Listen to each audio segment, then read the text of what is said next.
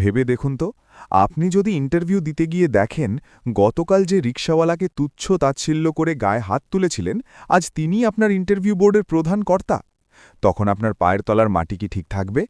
আজকের গল্পটি এমনই এক শ্বাসরুদ্ধকর ঘটনার, যেখানে স্কাইলাইন মাল্টিমিডিয়ার মালিক আরিয়ান খান নিজের পরিচয় গোপন করে রাস্তায় নামেন রিকশাওয়ালা সেজে। উদ্দেশ্য ছিল তার কোম্পানির জন্য নিখুঁত সৎ কর্মী খুঁজে বের করা। কিন্তু সেই ফাঁদে পা দিয়ে সায়ন্তিকা নামের এক সুন্দরী তরুণী লোভ আর অহংকারের বশবর্তী হয়ে যা করল তা হার মানাবে সিনেমার গল্পকেও। একটি সোনার আংটি, এক বালতি কাদা জল এবং একটি চড় কিভাবে একটি মেয়ের জীবনের মোড় ঘুরিয়ে দিল তা জানলে আপনিও অবাক হবেন। বিশাল এবং নামকরা স্কাইলাইন মাল্টিমিডিয়ার হেডকোয়ার্টার, কাঁচের দেওয়ালে ঝকঝগে। এই অফিসের মালিক আরিয়ান খান। মাত্র ২৬ বছর বয়সেই ব্যবসায়িক বুদ্ধিমত্তা ও দূরদর্শিতার কারণে তিনি সাফল্যের চূড়ায় উঠেছেন। কিন্তু একটি চিন্তা তাকে সব সময় কুড়ে কুড়ে খায়: কর্মীদের সততা। তিনি সিদ্ধান্ত নিলেন এবার তার কোম্পানিতে উচ্চ পদে নিয়োগ হবে শুধু সততার ভিত্তিতে। আরিয়ান তার ব্যক্তিগত সহকারীকে ডেকে বললেন, আগামীকাল ইন্টারভিউয়ের আগে আমাকে একদিনের ছুটি নিতে হবে, সব প্রস্তুত রেখো। পরের দিন ভোরবেলা। আরিয়ান আজ নামী ব্যবসায়ী নন, তিনি একজন সাধারণ রিকশাওয়ালা। পরনে তালিমারা শার্ট, লুঙ্গি, গলায় গামছা। তার রিকশার সিটে তিনি অত্যন্ত সতর্কতার সাথে একটি দামি সোনার আংটি রেখে দিলেন। এটাই হবে তার পরীক্ষার প্রধান উপকরণ। বেলা তখন ১০টা।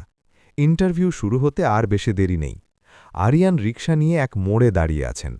হঠাৎ সায়ন্তিকা নামের এক তরুণী তার সামনে এসে দাঁড়াল, হাতে তার ইন্টারভিউয়ের ফাইল। সায়ন্তিকা বেশ দাম্ভিক সুরে বলল, এই রিকশা যাবি? স্কাইলাইন অফিসের সামনে নামিয়ে দিবি।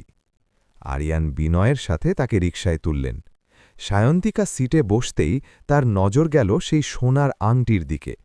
চারপাশে একবার তাকিয়ে কেউ দেখছে না বুঝে সে দ্রুত আংটিটি তুলে নিজের ভ্যানিটি ব্যাগের ভেতর লুকিয়ে ফেলল। আরিয়ান আয়নায় সবটা দেখে নিলেন। তার মনে হল প্রথম পরীক্ষাতেই মেয়েটি ব্যর্থ। অফিসের কাছাকাছি গিয়ে আরিয়ান নাটক শুরু করলেন। তিনি হঠাৎ রিকশা থামিয়ে বললেন, ম্যাডাম, সর্বনাশ হয়েছে, রিকশার চেন ছিঁড়ে আছে, একটু কষ্ট করে নেমে অন্য রিকশা নিন। সায়ন্তিকা ঘড়ির দিকে তাকিয়ে রাগে ফেটে পড়ল। কি বললি?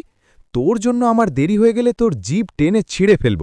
সে নিচে নেমে রাস্তার পাশে জমে থাকা এক বালতি নোংরা কাদা জল তুলে আরিয়ানের মাথায় ঢেলে দিল এবং সজোরে একটা চড় মারল।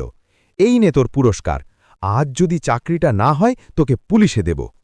ঠিক সেই মুহূর্তে সায়ন্তিকার ফোনে কল এলো যে আজ ইন্টারভিউ স্থগিত করা হয়েছে এবং আগামীকাল তা নেওয়া হবে। সায়ন্তিকা একটা তাচ্ছিল্যের হাসি দিয়ে বলল, আজ ভাগ্য ভালো যে ইন্টারভিউ কাল, নয়তো তোকে মেরেই ফেলতাম। পরের দিন স্কাইলাইন অফিসের ইন্টারভিউ রুম। আরিয়ান খান আজ তার আসল রূপে স্যুট বুট পরে গাম্ভীর্য নিয়ে বসে আছেন। সায়ন্তিকা যখন রুমে ঢুকল, আরিয়ানকে দেখে তার মুখ ফ্যাকাশে হয়ে গেল। সে তোতলাতে তোতলাতে বলল, আপনি আপনি সেই কালকের রিকশাওয়ালা? আরিয়ান কঠোর স্বরে বললেন, চুপ করুন। আপনি কি ভেবেছিলেন একজন শ্রমজীবী মানুষকে অপমান করে পার পেয়ে যাবেন? আমি এই কোম্পানির মালিক, আর যে আংটিটা কাল রিকশা থেকে চুরি করেছিলেন সেটা এখন টেবিলের ওপর রাখুন।